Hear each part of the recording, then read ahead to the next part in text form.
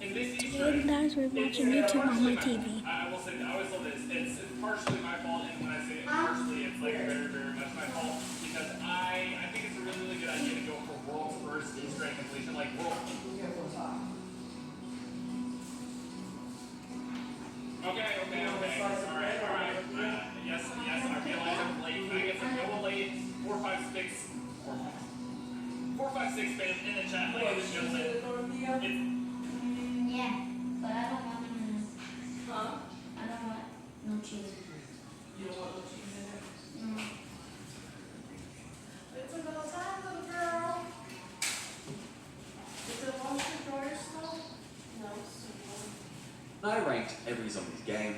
To the dismay of many, I put Infinite Warfare Zombies above Black Ops and Black Ops 2. Out of the 11 versions of Call of Duty Zombies, Infinite Warfare is my second favourite right behind Black Ops 3. Now, of course, this is my own opinion. For Infinite Warfare Zombies, it's my taste like a glove. But anyone who's watched my videos knows I prodigiously enjoy all zombies, except Vanguard. So what's so special about Infinite Warfare Zombies? Well, in this video, we are going to delve further into a game that I feel not many even get a chance. I've already made a video beating every boss in the game. These bosses are so creative, difficult, and most importantly epic that they are the centerpiece of the fun. However, there is another side, the core root of zombies, surviving for as long as possible. And it's clear this hasn't been truly tested like some others.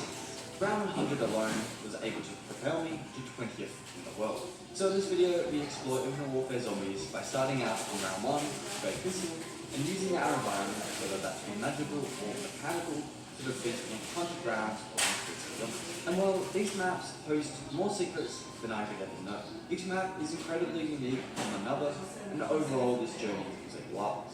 Zombies in Spaceland, the second greatest map of all time, in my own opinion. This map on the surface is an absolute blast, but if you do delve deep, you realise the attention to detail is quite astonishing and the limits, well, quite unlimited. I've beaten 100 rounds of zombies within the Steam time once before, and in doing so broke a world record. However, it's been 2 years since, and my record has been absolutely shattered by far better players. So, can I reclaim the throne? And in doing so, what other dark secrets shall I learn about this alien thing? Now first, I must state, when you do beat Mephistopheles, the final boss in Infinite Warfare Zombies, and the hardest boss in Zombies history, you unlock the Director's Cut, where you spawn in with all perks and $25,000 in cash. You also unlock Willard Wyler, the director of these movies that we play in. Unfortunately, you have to have the Director's Cut on to play as Willard Wyler. So in getting to round 100, I couldn't use the character, nor his wicked dagger. This led me to a crossroads, and so I decided to do a 0-kill round 100 challenge, using the alligator and running around with his dagger that does give you advanced speed. However, there was an issue, the brutes. There is no way to kill them without it counting as an elimination. I did try a glitch to paralyze them, but this didn't work either, as one paralyzed brute would spawn another active one. So I decided to do dagger trap only, but again, the brutes got in the way. The dagger does harm them, but it's very ineffective. So in the end, I set out to beat this new world record.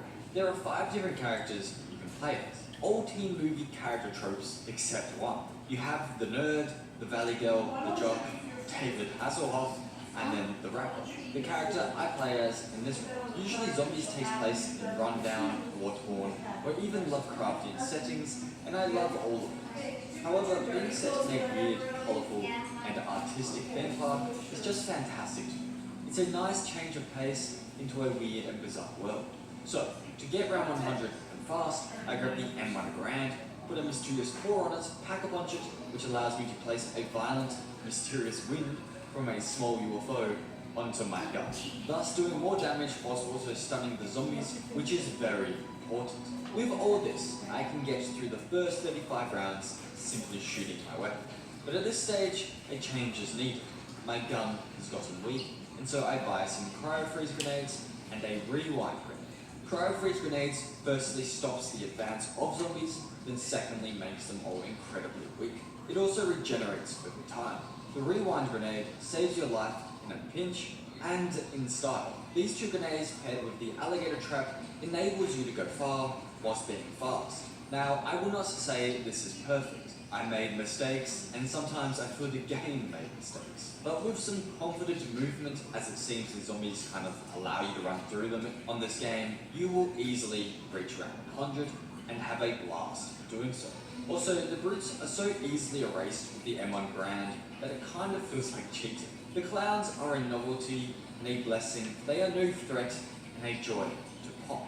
I enjoy zombies in Spaceland a lot. This round 100 is so much fun, and the Easter egg is incredible.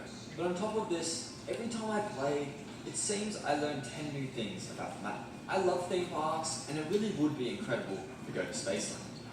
Barring the zombies, of course.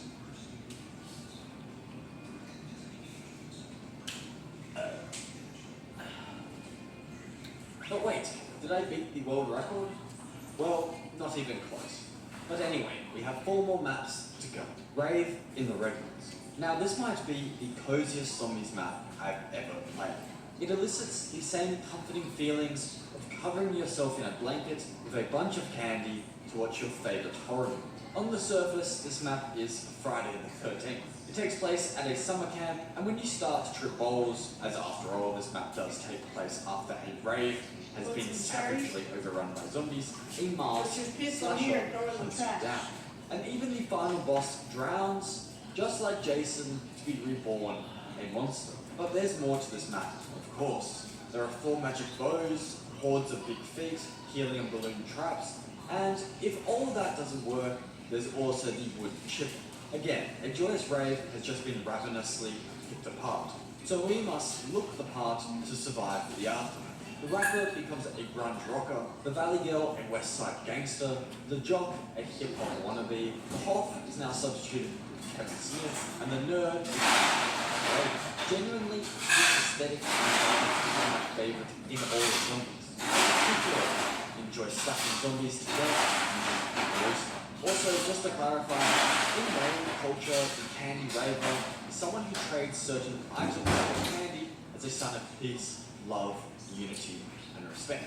So how, in this peaceful state, do we go from bare-handed pacifists to destroying 100 rounds of zombies? Most of which were just dancing at this rave moments ago. Well, first, it all starts with a golf club. Now, this map is notoriously easy. However, I have definitely played easier maps. In fact, I struggled on this map far more than any other in this video. Failing at round 96 is always demoralizing. However, this map is so much fun, I wasn't hesitant to boot up the next game. But in all honesty, this map is actually pretty damn easy, if you just take it slow. There are 3 important steps to this round 100. Firstly, and the most ridiculous and overpowered, is to activate this rewind challenge station, which gives you a challenge of meleeing 15 zombies. As a reward, you get a free rewind grenade every 2 rounds, which is possibly the most unbalanced challenge ever. It's so simple yet so absurdly overpowered, as not only does the rewind grenade save you a pinch, but it also reveals all arrows in your magical bows. This makes a massive difference. Speaking of, the bows are the next step. They are also ridiculously easy to get. You just need to build an engine for the boat, travel to the island where Kevin Smith is hiding, and whilst here in this cabin, pick up a sausage from a bucket, and then swallow some ecstasy, essentially. This enters you into rave mode, and in this state of imagination, you have to throw sausages at 3 deer heads. With this done, you can pick up the ordinary crossbow. I should note at this point, reality may be completely deluded after whatever drugs we just consumed, so it does make sense from our own hallucinogenic point of view that if we place these statues next to their given totem poles and feed them with zombie souls, we get magical bows. There are 4 different bows, which gets me to the next step. You need Mule Kick to carry through. Not a very hard map, as I've already stated. Also, haven't mentioned you can get a pacifier on your gun. Well, never mind, we will keep that for another thing. The magical bows we will be using to reach round 100 are the Acid Rain, Wind, and Trapomatic bows. I did not use the Thunder bow. The strategy is very simple and easy. Shoot the wind bow in this direction as it has a massive radius, and it is also just very strange. That's why in the strategy, run forward and then rain acid on the dance floor, right in the center of the cooling zombies. And that is it. You just repeat this process over and over and over. It's ridiculously fast, and with the help of the rewind grenades in every second round, you can keep doing this to round 80. Then you do have to be a bit more frugal with your ammo, and you have to start to implement the slower mode. This is very necessary, as in prior attempts I kept rushing everything, and in turn kept running out of arrows, and thus turning to bizarre ways to kill zombies. Slow and bizarre, I might add. Sometimes I even used a lawnmower. But even when conserving arrows, there is a chance you can just run out. And this is when your knife throwing skills are going to be put to the test. If you go to this zombie typed weight wheel and activate the challenge, it will cause him to spin. You have an opportunity here to get a max ammo. You have to hit the head of the zombie 5 times in a row, which is not as easy as it looks. Especially because you only have one single chance for perfection each round. And even then, if you complete the circus trick, a lot of the time, you aren't rewarded with a max ammo. It's really bizarre, and don't ask me why, because I'm just as confused. But with all this said, the nerdy Cactus Raver defeats 100 waves of the undead. I really enjoyed Grave in the Redwoods, and I hope this confirms why I like Infinite Warfare so much. The themes and the maps are so brilliantly done, but the gameplay is also really fun. I really do enjoy this game. Speaking of enjoying things, we are now moving on to Charlotte Shuffle. Taking place Island, New York. We The don't want city to has see that. literally just been taken over. Bubble, Through the symbiosis, Go put your pull-up on now. businessman who's just been caught and possessed. Stop that. The rage within this rat thing and the addition of zombies throws the city into despair, leaving only the fellow human vermin left surviving and also his career. This rat king has taken over the city, but his existence is actually the main reason we can defeat Go, 100 now. zombies. Stop! This is H-E-B, Pure Cane Sugar Soda. I define seasonal flavors Stop of it. Pure Cane Sugar Soda like strawberry, sangria, and watermelon. We also developed a 20-calorie Pure Cane Sugar Soda. All the joys of drinking a soda, but without as many calories. To Texas with love. Did we just jet off to a billionaire's island with a bunch of strangers? He's not a stranger. He's Slayer King.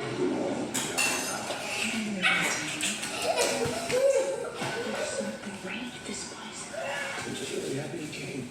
Twice, rated R. I don't want to see you.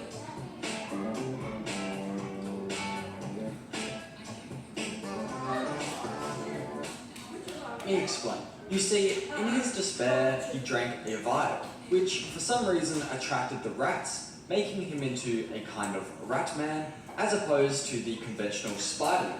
Whatever was in the vial was very powerful, as his heart is grotesquely powerful. When squished, any nearby zombies are filled with rats, thus exploding from within as the rats scatter outwards. Although his heart isn't very splendiferous, it does recharge over time, making it one of the best weapons in all of zombies. Did I forget to mention it does infinite damage also? I mean seriously, this heart on any zombies map will allow you to easily get to round 100. That's why I think they added one of the hardest enemies in zombies to counter it, the ninja zombies. Now these guys are infamous, we all know them, and despise them. Now, alone they just do a lot of damage per Kung Fu Mode, but that's not the only reason they're so dead. The main reason is the fact that whenever you sprint, they spawn right in front of you, making them unavoidable. And on top of this, they can send you up towards the moon. This was not my footage, but from your boy Badger. Shout out to him, he actually did this before me. It's very lucky then that we can build a toy robot, a lava lamp, and a couple bottles of zombie gold to help us out. Well, there's just one thing. They all pretty much kind of suck. Zombie Gorn is genuinely useless. It's meant to stop the zombies from entering a tiny area, but it lasts about 2 seconds and is absolutely pointless when trapped. The lava lamp is a little better. It has a timer on its side, and once it rings, the lamp explodes and the lava kills any zombies that run over it. It doesn't last very long, so it's really not that effective. Finally, we have the toy soldier, which is actually pretty damn epic and cool. It's very helpful and strong in the early runs, but practically useless later on. But you know what doesn't suck and essentially has infinite ammo? A katana. And this precisely is why Shaolin Shuffle is also one of my favourite maps ever.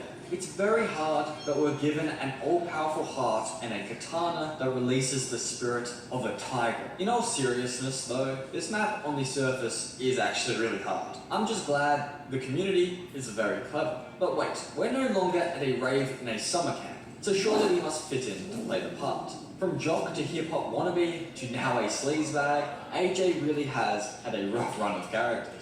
The girl is now a disco chick, the nerd a punk rocker, the rapper the street poet, and our celebrity is Pam Grier. Speaking of, she's the one who guides us through the map to take down the Rat King. As yes, you have to beat the Easter egg to obtain the heart. Thankfully, the final boss fight isn't compulsory, but you have to do every single step up to it.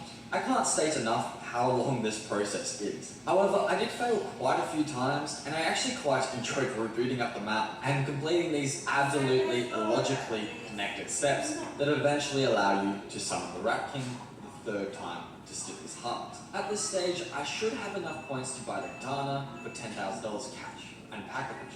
I should note, this area of Staten Island is incredibly sleazy and downtrodden, and I kind of love it. At first, the katana is just a blast you use, it's a one-strike kill, and the dragon devours anything in its way. But you only have 20 spirits to conjure up through your sword, so it's best to retreat up to this roof and drop down onto the club side. Up here, these zombies can only come from below or spawn to the side. Now, the only thing that makes it remotely possible to survive up here, past round 40, is the fact that the sword kind of glitches out. About round 35 plus, the sword is no longer a one-shot kill, and with its natural low ammo, it's not very effective. However, if you hit 2 or more zombies at once, all zombies on the side will die. And as the rounds progress, this for some reason gets more and more overpowered until eventually the sword completely glitches out and just kills any zombie that jumps or spawns on the side. This usually happens at around 60 plus, and you can pretty much just go AFK from here.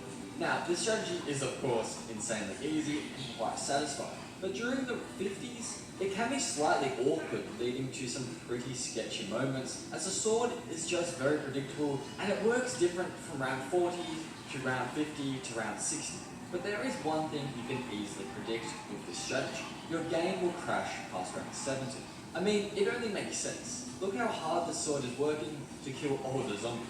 And so now the real skill begins. We have to train in the sewer, the heart, and the katana. But even these two alone aren't powerful enough to reach round 100 from here on out. We have to bring in the big boy, the Titan. Now, if you didn't know, you can double Pack-a-Punch on this map very easily by pressing on this button and exiting, taking this portal and collecting these bulbs, placing them in this electricity and waiting for a train to run them over. And then adding these bulbs to the Pack-a-Punch machine, you can double Pack-a-Punch. And thus the katana goes from this to this. However, a normal gun is different, especially the Titan.